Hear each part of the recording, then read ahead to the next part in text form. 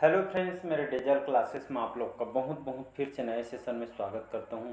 तो हम यहाँ पे लूसेंट कवर करा रहे हैं, जो आपके हर एग्ज़ाम को कवर कराएगा। चाहे कोई भी एग्ज़ाम की प्रिपरेशन कर रहे हैं, जितना भी मैं क्वेश्चन लिया हूँ, यहाँ पे क्वेश्चन की बात करूँ तो मैं सारे क्वेश्चन लूसेंट से लिया हूँ। 90% जो क्वेश्चन आपके यहीं से उठ के आते हैं, तो आपको कहीं से जीके जीएस पढ़ने की आपको ज़रूरत नहीं पड़ेगी। बहुत इंपॉर्टेंट क्वेश्चन मैं लेकर आऊँ, वो भी छांट के। आप कोई भी एग्जाम की प्रिपरेशन कर रहे होंगे तो प्रीवियस ईयर का जो क्वेश्चन पेपर उसको उठा के भी देख सकते हैं। साथ ही साथ आप मॉक टेस्ट वगैरह लगाते होंगे तो आपको यहाँ से क्वेश्चन का लेवल समझ आएगा। साथ ही साथ आपका जो आरक्षण के मैटर वो भी सॉल्व हो चुकी है। तो अब जो वैकेंसी धड़ाधड़ आने वाली है, तो फटाफट बढ़िया अच्छे तैयारी से तैयारी कीजिए। यही जो साल है 2023-24 में आपका सिलेक्शन होके रहेगा। तो चलिए सेशन को बढ़ाते हैं आगे। पहली बार आए हैं तो चैनल को सब्सक्राइब करके रख लीजिएगा ताकि नोटिफिकेशन आप तक पहुंच पाए। तो भारत के आपके प्राचीन इतिहास के क्वेश्चन हैं, इसको याद रखिएगा। तो यहाँ पे जितने भी क्वेश्चन मैं कराऊंगा सारे इंपॉर्टेंट क्वेश्चन हैं, आपके एग्जाम में आए हुए क्वेश्चन हैं। अगला यहाँ पे क्वेश्चन स्टार्ट करते हैं। तो मैं क्वेश्चन देखता हूँ पहला क्वेश्चन देखते हैं। निम्नलिखित में से कौन सा जो है आपका भारत सबसे पुराना ग्रंथ माना जाता है? तो यजुर्वेद, सामवेद, ऋग्वेद या अथर्ववेद? इसका जो करेक्ट आंसर हो जाएगा आपका, सभी को पता है, बहुत बार क्वेश्चन रिपीट गया है, तो ऋग्वेद जो है आपका सी ऑप्शन करेक्ट आंसर हो जाएगा। तो विश्व का सबसे पुराना ग्रंथ आपका ऋग्वेद है, इसको याद रखिए। जो तंत्र मंत्र वगैरह सब आपको ऋग्वेद में जानकारी मिलेगी। इसमें संगीत के बारे में आपके सामवेद में बताया गया है। ये भी क्वेश्चन पूछा जा चुका है। तो दोनों इंपॉर्टेंट क्वेश्चन है। तो ऋग्वेद जो है आपका विश्व का सबसे पुराना ग्रंथ इसको माना जाता है, तो इसको याद रखिएगा। अगला क्वेश्चन देखते हैं। यहाँ पे निम्नलिखित में से कौन सा जो है आपका सिंधु घाटी सभ्यता का बंदरगाह था? तो लोथल, कालीबंगन, धौलावीरा या आपका कोटाडीज? इसका जो करेक्ट आंसर हो जाए क्या हो जाएगा? इसका आंसर लोथल करेक्ट आंसर हो जाएगा। बहुत बार आपके रेलवे में क्वेश्चन पूछा जा चुका है, एसएससी में क्वेश्चन रिपीट किया जा चुका है, कई बार क्वेश्चन पूछा है। तो सिंधु घाटी की सभ्यता का बंदरगाह कौन सा है? लोथल। तो लोथल जो आपके लोथल जो कि जहाँ पे खनन किया था, सिंधु घाटी सभ्यता का एकमात्र बंदरगाह शहर आपका लोथल है, तो इसको याद रखिए। और वर्तमान में लोथल अभी कौन से राज्य के अंतर्गत आता है? तो लोथल आपके गुजरात, याद रखिए। तो लोथल आपके गुजरात के अंतर्गत आती है। प्राचीन सिंधु घाटी सभ्यता के शहरों में से एक बहुत महत्वपूर्ण बंदरगाह आपका लोथल है, तो इसको याद रखिए। बहुत इंपॉर्टेंट क्वेश्चन है। अगला क्वेश्चन देखते हैं। थोड़ा जूम कर देता हूँ, आपको अच्छे से क्लियर दिखेगा। ऋग्वेद में कौन से मंडल में या किस मंडल में पुरुष सूक्त का वर्णन किया गया है? तो 9वां मंडल में, 10वां मंडल में, 7वां मंडल में, आपका 8वां मंडल में? इसका जो करेक्ट आंसर हो जाएगा आपके 10वें मंडल में, याद रखिएगा। तो ऋग्वेद के कौन से मंडल? 10वें मंडल। तो ऋग्वेद के 10वें मंडल में पुरुष सूक्त का वर्णन किया गया है।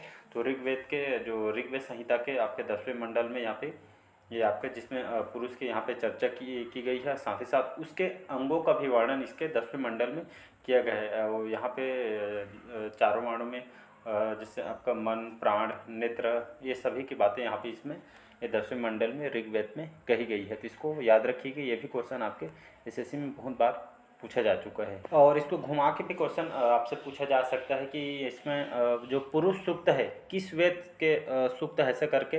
तो पुरुष सूक्त किस वेद से लिया गया है या कौन से सूक्त है? तो इसका भी ऑप्शन आपको ऋग्वेद लेना है। आंसर याद रखिए। क्वेश्चन जो आपको घुमा में क्वेश्चन पूछ ली है, तो ये आपके CHSL एसएससी में क्वेश्चन पूछा जा चुका है, घुमा के पूछता है, तो इसको याद रखिएगा।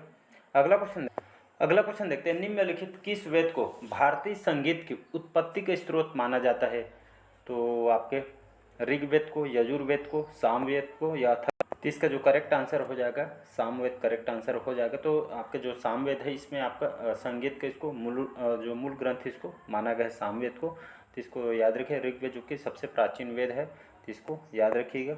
और आपका जो ऋग्वेद में इसमें आपका जो देवी देवताओं का वर्णन इसमें किया गया है, इसको याद रखिएगा। साथ ही साथ इसमें चिकित्सा के बारे में भी यहाँ पे जानकारी मिलती है ऋग्वेद में, तो इसको याद रखिएगा।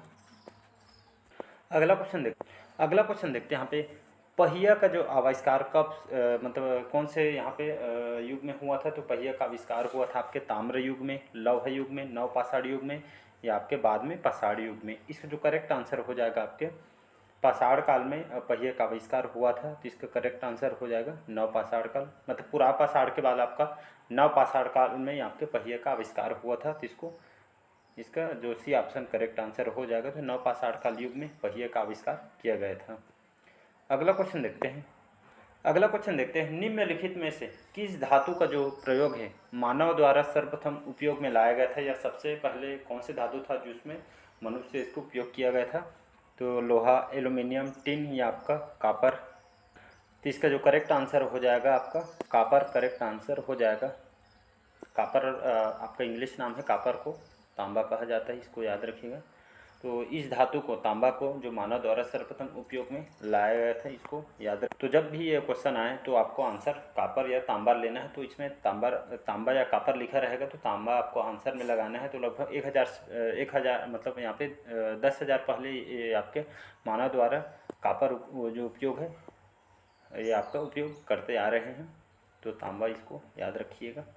अगला क्वेश्चन देखते हैं। भारत में चावल का प्राचीनतम प्रमाण कहाँ से प्राप्त होता है? याद रखिए, भारत में जो चावल का जो प्राचीन काल में जो कहाँ से प्रमाण इसका मिलता है या प्राप्त होता है?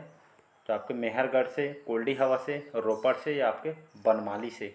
तो वो चावल के जो साक्ष्य कहाँ से मिला है? तो आपके कोल्डी हवा, याद रखिएगा। तो यहाँ पे देखा गया था कोल्डी हवा में चावल के साक्ष्य मिले हैं। तो वर्तमान में कोल्डी हवा अभी कौन से राज्य में आता है? तो आपके लिख दिया हूँ इलाहाबाद। तो इलाहाबाद ज़िले में आपके वर्तमान में स्थित है। तो इसको याद रखिए। आपके बेलन नदी के आपके तट पर लगभग 6500 ईसा पूर्व में आपके चावल की भूसी के साक्ष्य यहाँ से मतलब उत्खनन के दौरान ये जानकारी मिल रही थी। तो इसको कोल्डी हवा याद रखिएगा।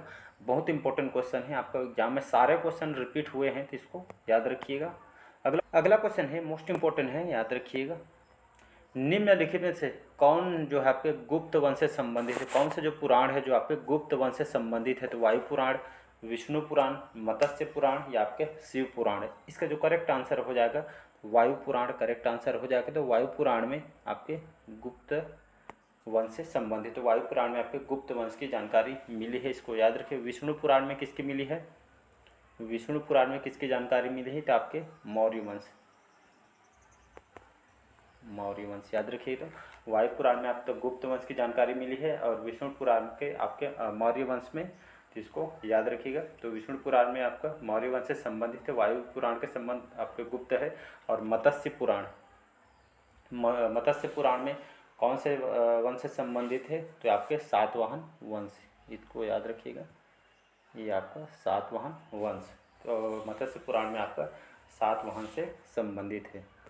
अगला क्वेश्चन देखते हैं। वैदिक सभ्यता का स्वीकार्य काल क्या है? ये आपका वैदिक सभ्यता का जो काल जो है आपके कौन सा संबंधित है, कौन से काल से? तो 1500 से लेकर 1000 ईसा पूर्व, 1000 से लेकर आपका 600 ईसा पूर्व, या 1500 से 600 ईसा पूर्व, या आपके 2400 लेकर 1700 ईसा पूर्व। इसका जो करेक्ट आंसर हो जाएगा 1500 से लेकर आपका 1000 ईसा पूर्व करेक्ट आंसर हो जाएगा। तो ये वैदिक सभ्यता का जो कार्यकाल है, स्वीकार्य काल, यहाँ पे 1500 से लेकर 1000 ईसा पूर्व है, तो इसको याद रखिएगा। फिर उसके बाद आपको उत्तर वैदिक काल आ जाए जिसमें आपका 1000 से लेकर आपका 600 ईसा पूर्व, फिर उसके बाद वैदिक काल, उसके बाद वैदिक युग आपके 1500 से 500 ईसा पूर्व, ये इसी तरह आपका इसको याद रखिए कालखंड को। अगला क्वेश्चन देखते हैं। सिंधु सभ्यता का प्रमुख नगर हड़प्पा खालिस्तान के तट पे स्थित है। तो सिंधु नदी, घाघरा नदी, रावी नदी या आपका झेलम नदी। इसका जो करेक्ट आंसर हो जाएगा आपका कौन से नदी के तट पे स्थित है? तो आपका सिंधु नदी के तट पे, इसके याद रखिए। इसका यहाँ पे करेक्ट आंसर जो खालिस्तान यहाँ पे आ जाएगा। तो सिंधु जो सभ्यता है, सिंधु सभ्यता का जो प्रमुख नगर जो हड़प्पा है, ये प्रमुख नगर था, इसको याद रखिएगा हड़प्पा। तो आपके कौन से नदी पे तट पे स्थित है? तो आपके सिंधु नदी के तट पर स्थित है। बहुत बार क्वेश्चन को रिपीट भी किया गया है, तो IMP कर देता हूँ मैं। सारे क्वेश्चन वैसे इंपॉर्टेंट है कि मैं जितना भी मार्क कर रहा हूँ सारे क्वेश्चन आपके प्रीवियस ईयर में अलग अलग एग्जाम में क्वेश्चन पूछा गया है। तो सिंधु घाटी सभ्यता के जो दो प्रमुख स्थल हैं आपका हड़प्पा पहला और दूसरा आपका मोहनजोदड़ो। तो ये दोनों नामक जो नगर थे, जिसमें हड़प्पा उत्तर में आपका और आपका मोहनजोदड़ो आपके दक्षिण में स्थित है। जो मोहनजोदड़ो है दक्षिण में, तो आपके सिंधु नदी के तट पर आपका हड़प्पा बसा हुआ है।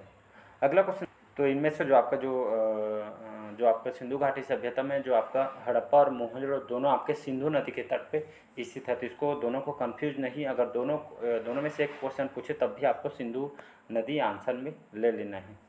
अगला क्वेश्चन देखते हैं, मैक्स मुलर के अनुसार आर्यों का मूल स्थान कहाँ था? तो यूरोप, मध्य एशिया, उत्तरी अमेरिका या पूर्वी एशिया। इसका जो करेक्ट आंसर हो जाएगा आपका मध्य एशिया से आए हुए थे। तो मैक्स मुलर इनके अनुसार जो कहा गया है, तो आर्यों का जो मूल स्थान कहाँ था? तो मध्य एशिया था। तो मध्य एशिया इनका निवास स्थान कहा गया था। तो इनके मध्य एशिया में जो आर्यों का मूल निवास स्थान इनको बताया गया है। अगला क्वेश्चन है, वेरी वेरी इंपॉर्टेंट क्वेश्चन है, इसको याद रखिएगा। ये आपका फेवरेट क्वेश्चन है, मेरा भी फेवरेट क्वेश्चन है, तो इसको मार्क कर देता हूँ। सत्यमेव जयते जो शब्द है आपके कहाँ से लिया गया है? तो रास्तरंगड़ी से, मुंडकोपनिषद से, सांख्य दर्शन या मनुस्मृति से। इसका जो करेक्ट आंसर हो जाएगा मुंडकोपनिषद। याद रखिएगा। तो सत्यमेव जयते जो शब्द लिया गया है आपके, ये आपके मुंडकोपनिषद से लिया गया था। इंपॉर्टेंट क्वेश्चन है, मार्क कर दी हूँ मैं। बाकी जो क्लासेस है उसको रिवाइज कीजिएगा, बहुत इंपॉर्टेंट। अगला क्वेश्चन देखते हैं, योग दर्शन के प्रवर्तक कौन थे? तो गौतम, शंकराचार्य, पतंजलि या कपिला या आपके जैमिनी। तो इसका जो करेक्ट आंसर जो हो जाएगा आपका Patanjali, B option correct answer हो जाएगा। बहुत बार एग्जाम में क्वेश्चन पूछा है। तो योग दर्शन के प्रवर्तक किसको माने जाते हैं? तो आपके पतंजलि को माने गए हैं। तो योग दर्शन में आपके 6 आस्तिक दर्शनों को में से एक है। इसके जो प्रणेता है आपके पतंजलि मुनि जी हैं। तो इसको याद रखिएगा। अगला क्वेश्चन, इसमें इसको मैं बता देता हूँ, बहुत बार क्वेश्चन पूछे। शंकराचार्य जी आपके इसके प्रवर्तक, जो शंकराचार्य किसके प्रवर्तक हैं? तो आपके अद्वैत जो अद्वैत दर्शन है, अद्वैत वेदांत के, अद्वैत दर्शन के इसके प्रणेता हैं आपके शंकराचार्य जी। पतंजलि का तो आपका योग दर्शन हो गया। तो ये नीचे देखते हैं।